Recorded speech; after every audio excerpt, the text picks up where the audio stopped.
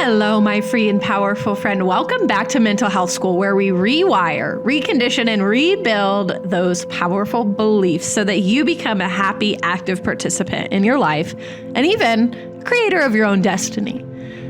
Today's class is devoted to helping you understand those bad habits, what you might call your self-sabotage or even your addictions.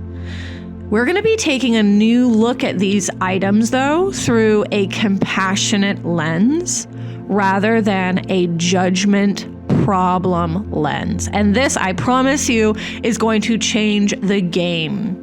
I could not get a handle on my drinking, on my binge stress eating, my need for external validation and attention from others until I started to move past the shame and judgment, telling myself I'm just a horrible person who's super damaged, and start to tell myself these things are doing something for me.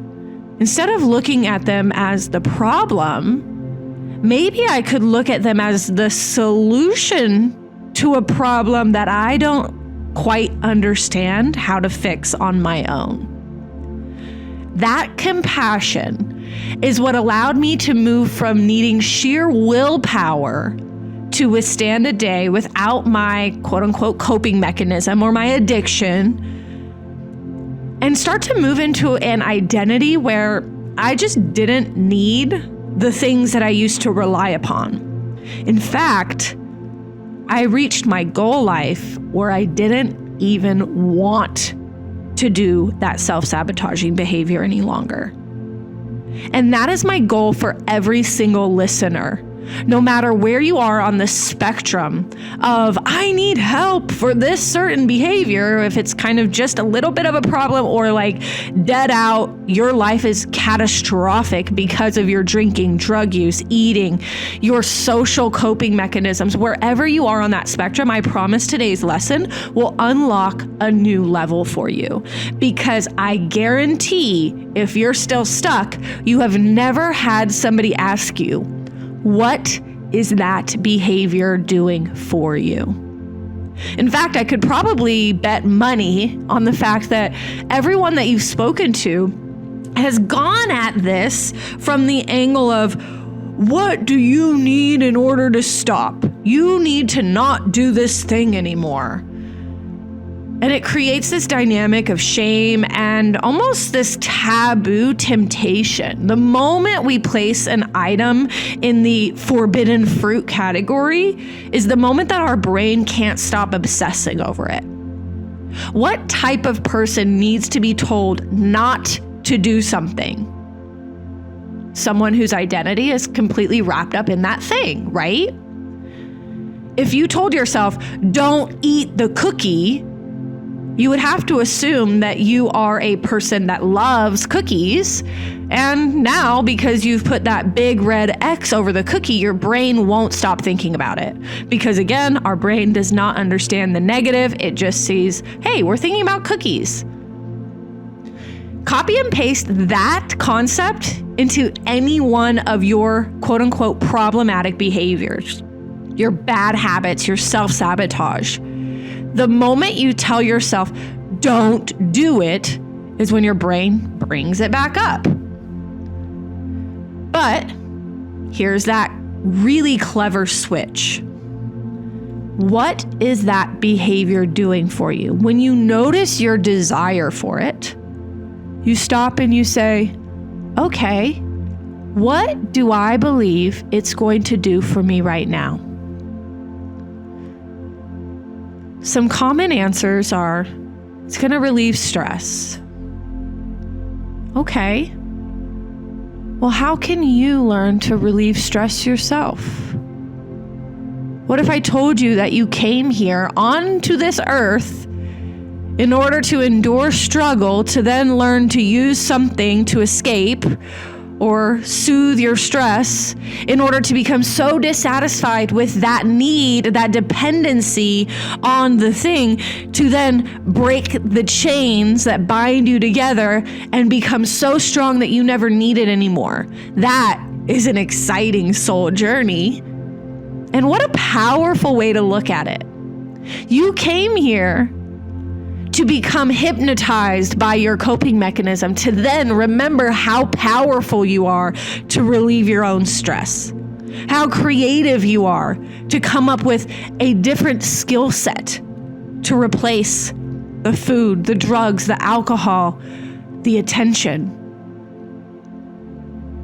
What do you think you could do to relieve stress instead? To stop outsourcing it? Maybe your response is that your bad habit is really fun. Well, let's take a very compassionate look at that. Why is your life not fun? And I know that you can place definitions around how people are treating you, or about how little money you have, or again, how stressed you are in your life. But I would guarantee if we sat down together and we talked about things, I would find that the circumstances of your life are not actually that hard. It's the way that you're thinking about your life, the meaning that you're giving to your life, that's making it so incredibly unfun that you need something you need to outsource in order to have fun.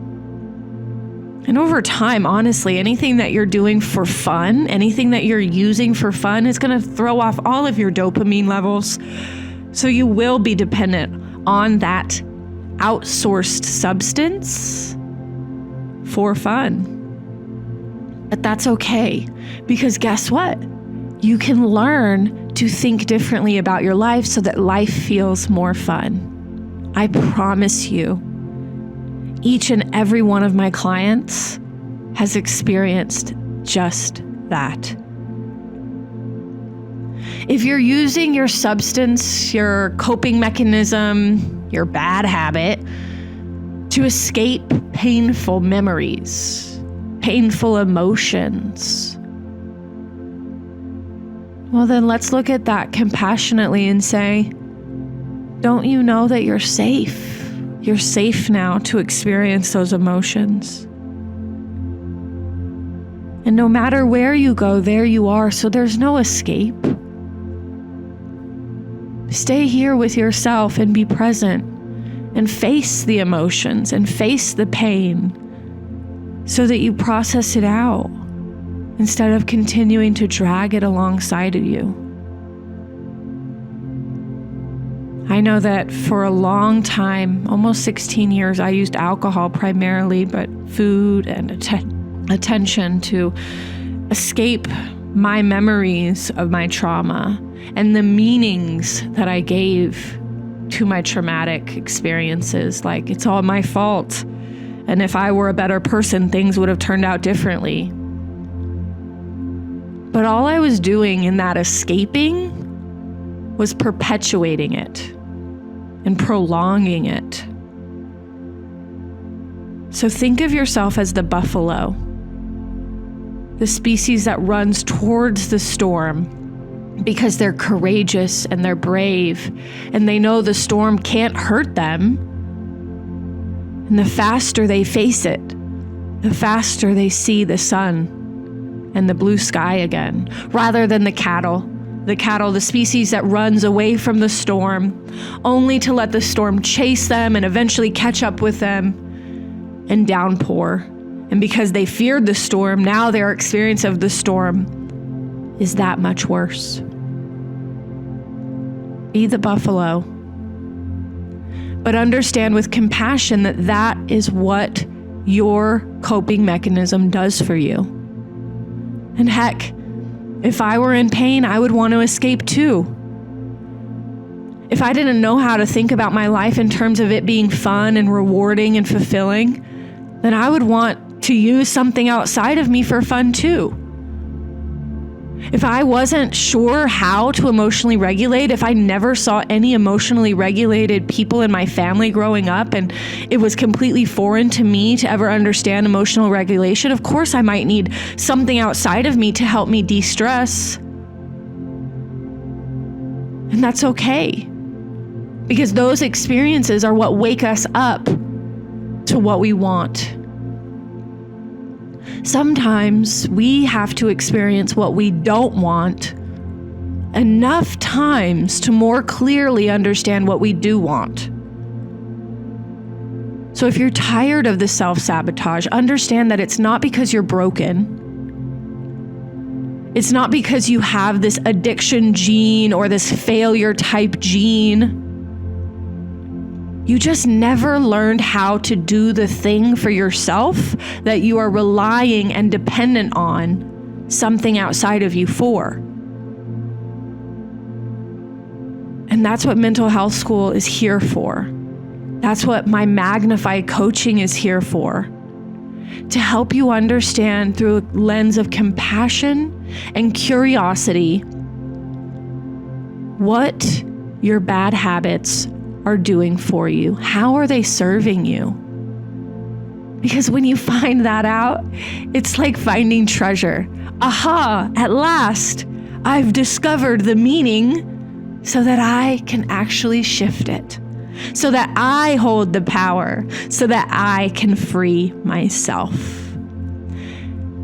And through learning and understanding and experiencing the newness of your skills for de-stressing and having authentic fun and being yourself and being here present without haunting memories or negative beliefs, gosh, you truly start to love life and everything feels better.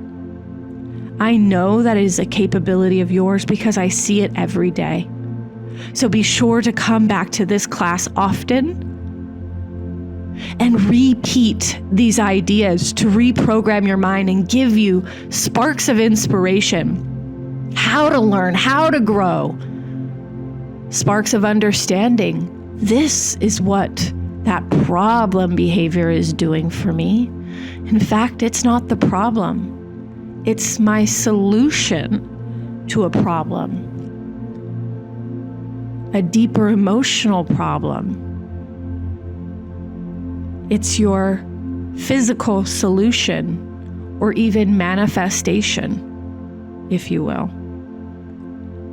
So when you get to the root cause of the emotional problem, the physical habit, the physical solution, the physical tool, the manifestation becomes obsolete.